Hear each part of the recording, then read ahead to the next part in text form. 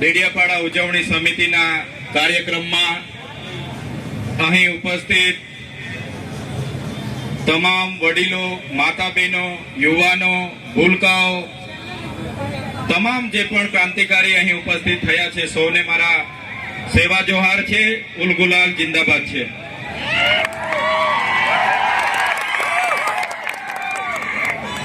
જે સમિતિએ 9 ઓગસ્ટ વિશ્વ આદિવાસી દિવસની ડેડિયાપાડા ખાતે આયોજન કર્યું, અમને આમંત્રણ આપી, ઘણા લોકો અહીંયા બોલે એવા છે, છતાંય સાથી આગેવાનોએ પણ મને બોલવાનો જે તક આપ્યો છે અને મને જે સન્માન આપ્યું છે એ બદલ સૌપ્રથમ બધા માટે એમના ચરણોમાં હું નમન કરું છું. સૌને હું પ્રણામ કરું છું. આપણે દર વખતે 9 ઓગસ્ટ ઉજવીએ છીએ, હજારોની સંખ્યામાં ભેગા થઈએ છીએ, નાચીએ છીએ, કૂદીએ છીએ, બૂમ બરાડા કરીએ છીએ, પણ આટલી મોટી વસ્તી હોવા છતાં, આટલી એકતા હોવા છતાં જે અત્યાચારો આપણા પર થયા છે એને પણ આપણે નહીં ભૂલવા જોઈએ. જે આદિવાસીઓને બંધારણમાં અધિકારો મળ્યા છે એ અધિકારો પર જ્યારે તરાપ મરાતી હોય તો એ પણ આપણે આજના દિવસે યાદ કરવું જોઈએ. આજના આ કાર્યક્રમમાં નાચી કૂદીને ઘરે જવાનું નથી, પણ આ કાર્યક્રમના સિદ્ધાંત, અહીંના સંદેશો, ઉપદેશો પણ તમારે ઘરે લઈને જવાના છે. મિત્રો, 2 દિવસ પહેલાની ઘટના છે. કેવડિયા ખાતે 2 યુવાનોને, જયેશભાઈ સાનાભાઈ તડવી, સંજયભાઈ ગજેન્દ્રભાઈ તડવી, ઢોરમાર મારવામાં આવે છે.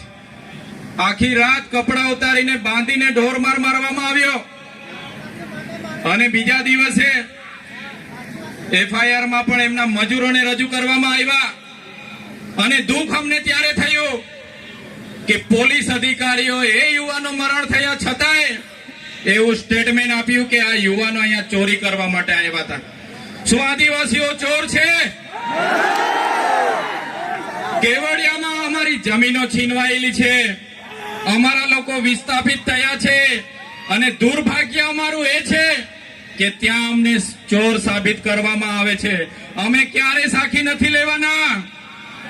જે લોકોએ અમને ચોર કીધા છે, આવનાર દિવસમાં એનો જવાબ પણ એ લોકોએ આપવો પડશે, એનો ખુલાસો પણ એ લોકોએ કરવો પડશે. 13 તારીખે 5 દિવસનું બેસણું કેવડિયા ખાતે એ લોકોનું રાખ્યું છે એમના પરિવારોએ.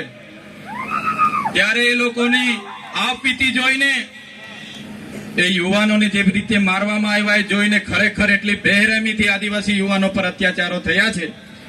ત્યારે આ 13 તારીખે આજના મંચ પરથી તમને આહવાન કરું છું, કેવડિયા વાળા એકલા નથી, એમની સાથે ડેડિયાપાડાના લોકો પણ છે. 13 તારીખે આખું કેવડિયા અમે ભરી દઈશું. તૈયાર છો બધા? પોલીસના મિત્રોને પણ કેમ છું, ઘણા પોલીસ અધિકારીઓ આપણા સમાજના છે, એમને પણ હું આજના મંચ પરથી કેમ છું. તે દિવસે કેવડિયા જતા વચ્ચે નાકા આવશે ને તો તમે જાણો ને તમારું કામ જાણે. આદિવાસી સમાજ અંગ્રેજો સામે પણ ઝૂક્યો નથી. આજે ગોરા અંગ્રેજોને કાળા આદિવાસી અમે એટલા માટે ગર્વ અનુભવીએ છીએ, અમે અહીંયા અનાદિકાળથી વસીએ છીએ.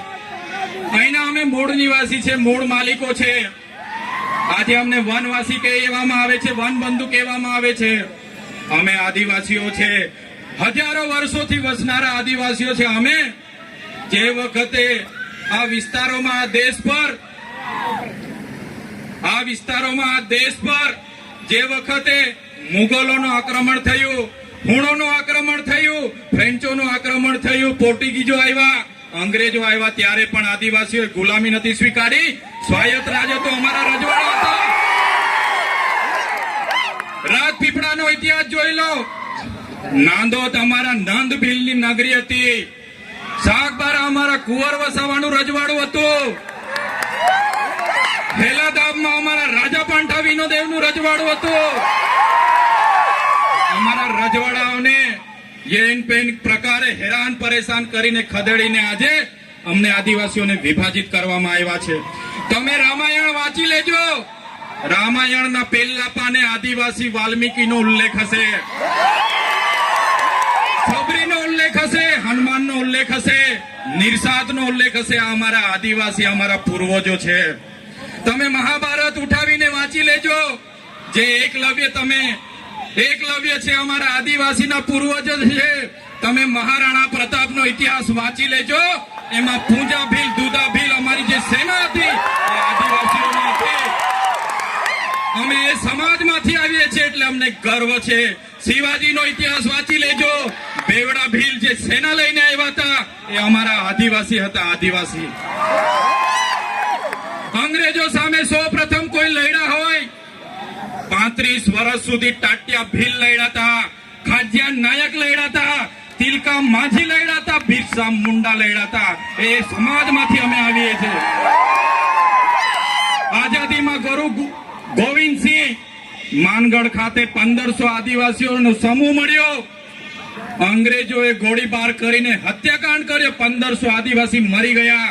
આજે ઇતિહાસમાં અમારા આદિવાસીઓને જગ્યા નથી મળી. અમે ક્યારે સાખી નથી લેવાના. જે રીતે આદિવાસીઓ સાથે અન્યાય થયો, આજે દેશમાં આઝાદીનો અમૃત મહોત્સવ મનાવવામાં આવે છે. કરોડો રૂપિયાના તાઇફાઓ કરવામાં આવે છે. આદિવાસી વિસ્તારમાં મોટા ડેમો બનાવી દેવાથી, આદિવાસી વિસ્તારમાં મોટા સ્ટેચ્યુ બનાવી દેવાથી, રોડ હાઈવે બનાવી દેવાથી આદિવાસીનો વિકાસ થવાનો નથી. આદિવાસીઓને ડેમનું પાણી આપો, સારી શાળા આપો, સારી કોલેજ આપો, સારા ડોક્ટર આપો, સારી યુનિવર્સિટી આપો, તો જ આદિવાસીનો વિકાસ થવાનો છે. આજે ગુજરાતમાં 15% આદિવાસીઓ વસે છે. દેશમાં 8% આદિવાસીઓ વસે છે. દરેક ક્ષેત્રોમાં અમારી સાથે અન્યાય થયો છે. જે પણ સરકારો આવી માત્ર ને માત્ર મત બેંક તરીકે આદિવાસીનો ઉપયોગ કર્યો છે. આજે તમે કોર્ટમાં જજો, કોર્ટમાં જે જજો બેસે છે, આજે ગુજરાતમાં અમે 15% છે તો 100 જજમાંથી 15 જજ આપણા હોવા જોઈએ કે નહીં હોવા જોઈએ? આઈએસ આઈપીએસ આપણા 15 હોવા જોઈએ કે નહીં હોવા જોઈએ? મામલતદાર, ટીડીઓ, કલેક્ટર અમારા 15 હોવા જોઈએ. તે આજે નથી. એ હવે આવનાર દિવસોમાં આદિવાસી સમાજે જાગવાનું છે. આટલી મોટી સિટીઓમાં રિયલ એસ્ટેટ બને છે. રિયલ એસ્ટેટના બિલ્ડરો કોણ છે? કેટલા આદિવાસીઓ રિયલ એસ્ટેટના બિલ્ડરો છે? અમારા લોકોને શિક્ષા નથી આપવામાં આવી, નર્મદાનું પાણી નથી આપવામાં આવ્યું, કડાણા ઉકાઈ ડેમનું પાણી નથી આપવામાં આવ્યું. આજે પણ અમારા લોકો મજૂરી માટે શહેરમાં જેવા મજબૂર થયા છે. અમે સાકી નથી લેવાના. એટલા માટે જ અમે કહીએ છીએ આજના મંચ પરથી, જે રીતે નાગા લોકોનું નાગાલેન્ડ બન્યું, મરાઠાઓનું મહારાષ્ટ્ર બન્યું, ગુજરાતીઓનું ગુજરાત બન્યું, તેલુગુ લોકોનું તેલંગાણા બન્યું, તમિલ લોકોનું તમિલનાડુ બન્યું, એવી જ રીતે અમને ભીલોને અલગ ભીલ પ્રદેશનું 29મું રાજ્ય જોઈએ. જય ભીલ પ્રદેશ. ભીલ પ્રદેશ અમને 29મું રાજ્ય ભીલોને આબાદી આપો. એની રાજધાની અમે કેવડિયા બનાવીને રહીશું. અમારી પાસે પાણી છે, વીજળી છે, કાકરાપાર, નર્મદા. અમારી પાસે લિગ્નાઇટોની ખાણો છે રાજપાટીમાં, આંબા ડુંગરમાં યુરેનિયમની ખાણો છે, છોટાઉદેપુરમાં રેતી નીકળે છે, જળ છે, જંગલ છે, જમીનો છે. અલગ રાજ્ય અમને આપી દો, અમે અમારા આદિવાસીઓનો વિકાસ કરી લઈશું.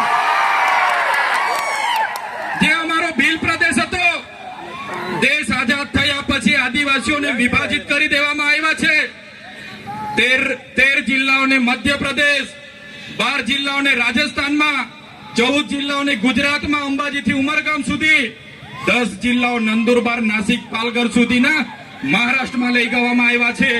આજે પણ અમારો મહારાષ્ટ્ર, મધ્યપ્રદેશ અને રાજસ્થાન સાથે અમારી સંસ્કૃતિ સાથે છે, પરંપરા હરકી છે, રીત ભાષા હરકી છે. આજે પણ અમારો રોટી બેટીનો વ્યવહાર છે. આજે પણ અમે એમની સાથે સાથે રહીએ છીએ. આજે અમને ભીલ પ્રદેશની માંગ કરીએ છીએ. આજે તમે જોઈ લો, આ ભીલ પ્રદેશનું વિભાજન કરવામાં આવ્યું. આજે મધ્યપ્રદેશની કુલ વસ્તીના 21% મધ્યપ્રદેશમાં આદિવાસી વિસ્તારમાં છે. રાજસ્થાનમાં 13% છે. ગુજરાતમાં અંબાજીથી ઉમરગામ સુધી 15% આદિવાસીઓ છે. મહારાષ્ટ્રમાં 9.48% આદિવાસીઓ. ટોટલ 3.5 કરોડની વસ્તી થાય છે. અમને અલગ બિલ પ્રદેશ આપો, અમે અલગ અમારા લોકોનો વિકાસ કરીશું. બંધારણમાં જોગવાઈ છે, આર્ટિકલ 3 તમે વાંચી લેજો. જે રીતના મહારાષ્ટ્રમાંથી ગુજરાત રાજ્ય બન્યું, આજે દેશ અને ગુજરાતનો વિકાસ થયો, પણ આદિવાસીઓનો વિકાસ નથી થયો. એટલા માટે અમે કહીએ છીએ કે અમેરિકામાં આપણા જેટલી વસ્તી નથી, છતાં પણ 50 રાજ્યો છે, જ્યારે ભારતમાં 28 જ રાજ્ય છે. તો 29મું રાજ્ય બનવું જોઈએ કે નહીં બનવું જોઈએ? બનવું જોઈએ. એની રાજધાની કેવડિયા હશે. આખું મંત્રીમંડળ અને મુખ્યમંત્રી, અહીંનું આખું અધિકારી ગણ, અહીંનું પોલીસ તંત્ર તમામમાં આદિવાસી હશે, તો જ અમારા આદિવાસીઓનો વિકાસ થશે. એટલા માટે જેટલા પણ અન્યાય અત્યાચાર થયા છે, ડેડિયાપાડા વાળાને એવું લાગશે, ઝઘડિયા વાળા સાગબારા વાળાને લાગશે, કેવડિયા વાળાને મારી નાખે, આપણે શું? પણ નહીં. આજે કેવડિયા વાળાનો વારો છે, કાલે માલસામોટ વાળા પણ તૈયાર રહેજો માર ખાવા માટે.